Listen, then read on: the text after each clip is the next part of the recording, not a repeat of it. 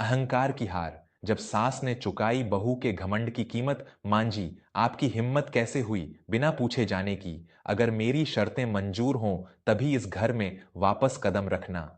घर के मुख्य द्वार पर खद्दीधी विनीता की आवाज में इतना क्रोध और तिरस्कार था कि आस पड्डिढोस के लोग भी अपनी खिद्दकियों से झांकने लगे थे। सामने सीढ़ियों पर 68 वर्षीय जानकी देवी खद्दी थीं। उनके कपद्धे धूल से सने थे, चेहरे पर गहरी थकान थी और पैरों की चप्पलों के फीते टूटे हुए थे। पिछले 4 दिनों से जानकी देवी घर पर नहीं थीं और इस दौरान विनीता को घर का सारा काम खुद करना पड़ दिया था। इसी बात की खीज वह अब अपनी सास पर उतार रही थी।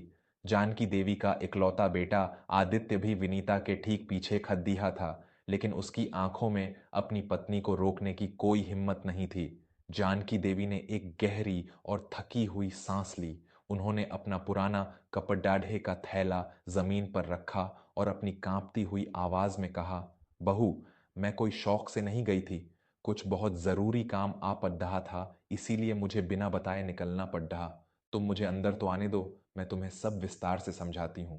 लेकिन विनीता का गुस्सा 7वें आसमान पर था। उसने अपना हाथ आगे करते हुए कठोरता से कहा, मुझे आपकी कोई झूठी कहानी नहीं सुननी है। आप जानती हैं कि पिछले 4 दिनों से मुझे कितनी परेशानी हुई है।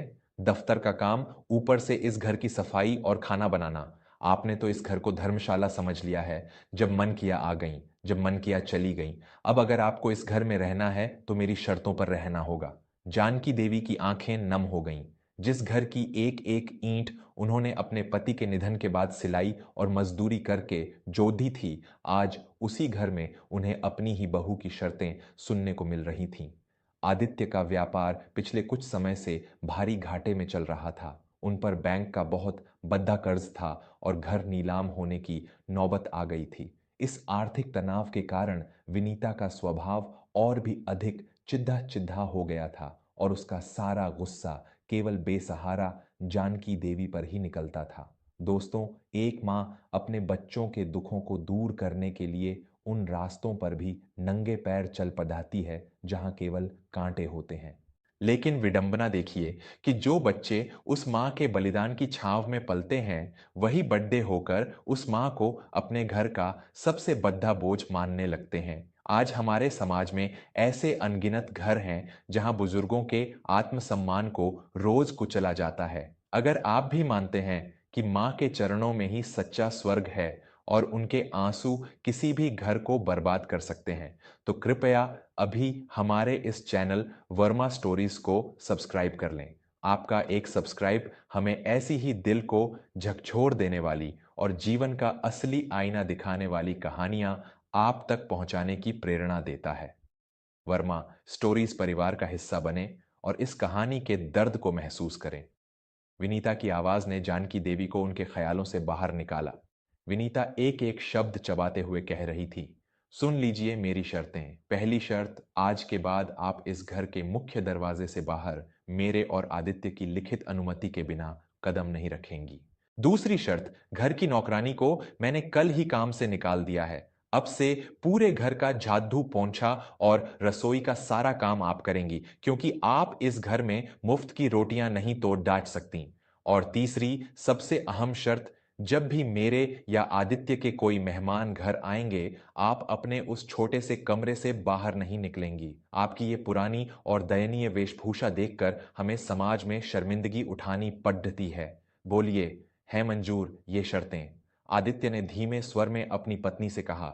विनीता, क्या कह रही हो तुम? मां है वो हमारी। लोग क्या कहेंगे कि दरवाजे पर खड्डिड्ढा करके तमाशा बना रही हो? विनीता ने आदित्य को घूरते हुए डपट दिया। तुम चुप रहो आदित्य, तुम्हारी इसी नरमी का फायदा उठाकर इन्होंने घर का अनुशासन बिगाड़ डाल रखा है। तुम्हारे व्यापार में वैसे ही दिवालिया निकलने वाला है। क्या अब मैं इस बुढ़ापे का बोझ भी अपने सिर पर ढोऊं? जानकी देवी सब कुछ चुपचाप सुन रही थीं। उनके चेहरे पर अब कोई पीड़ा नहीं, बल्कि एक अजीब सी शांति छा गई थी। उन्होंने अपने फटे हुए पल्लू से अपना माथा पोंछा और शांत स्वर में कहा, मुझे तुम्हारी सारी शर्तें मंजूर हैं विनीता, लेकिन मेरी भी एक बात तुम्हें सुननी होगी। विनीता ने व्यंग्य से हंसते हुए कहा, अच्छा, अब आप भी शर्तें रखेंगी? ठीक है, सुनाइए अपना फरमान। जानकी देवी नीचे झुकीं और अपने पुराने कपाडीढ़े के थैले की गांठ खोलने लगीं। उनके हाथ बुरी तरह छिले हुए थे और उन पर ताजे घाव के निशान थे।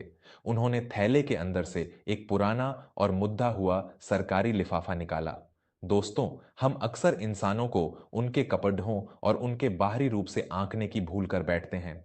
हम भूल जाते हैं कि एक माँ का फटा हुआ पल्लू उसके बच्चों के लिए एक ऐसा रक्षा कवच होता है जिसे दुनिया की कोई दौलत नहीं भेज सकती। अहंकार इंसान की आंखों पर ऐसा पर्दा डाल देता है कि उसे अपने सामने खड़िदा भगवान भी एक भिखारी नजर आने लगता है। अगर आपके दिल में भी अपनी माँ के लिए अथाह प्रेम और सम्मान है और आप ऐसी ही सच्ची पारिवारिक कहानियों से जुड़े रहना चाहते हैं, तो बिना एक पल गंवाए वर्मा स्टोरीज को अभी सब्सक्राइब करें। आपका जुड़ाव ही हमारे वर्मा स्टोरीज चैनल की असली ताकत है, जो हमें ऐसी कहानियां आप तक लाने का साहस देता है। चलिए देखते हैं कि उस मुद्दे हुए लिफाफे में ऐसा क्या था जिसने विनीता और आदित्य की दुनिया पलट दी। जानकी देवी ने वह लिफाफा आगे बढ़ाते हुए कहा, आदित्य बेटा, इसे पकड़ डीडीएच। आदित्य ने झिझकते हुए लिफाफा लिया और उसे खोला। अंदर एक बैंक का ड्राफ्ट था। आदित्य की आंखें फटी की फटी रह गईं। वह ड्राफ्ट 45 लाख रुपए का था। उसके हाथ कांपने लगे और वह अवाक होकर अपनी मां का चेहरा देखने लगा। विनीता ने चिढ़ते हुए आदित्य के हाथ से वह ड्राफ्ट छीना। क्या है ऐसा जो तुम बुत बनकर खड़े हो गए? जैसे ही विनीता की नजर उस रकम पर पड़ी, उसके पैरों तले जमीन खिसक गई।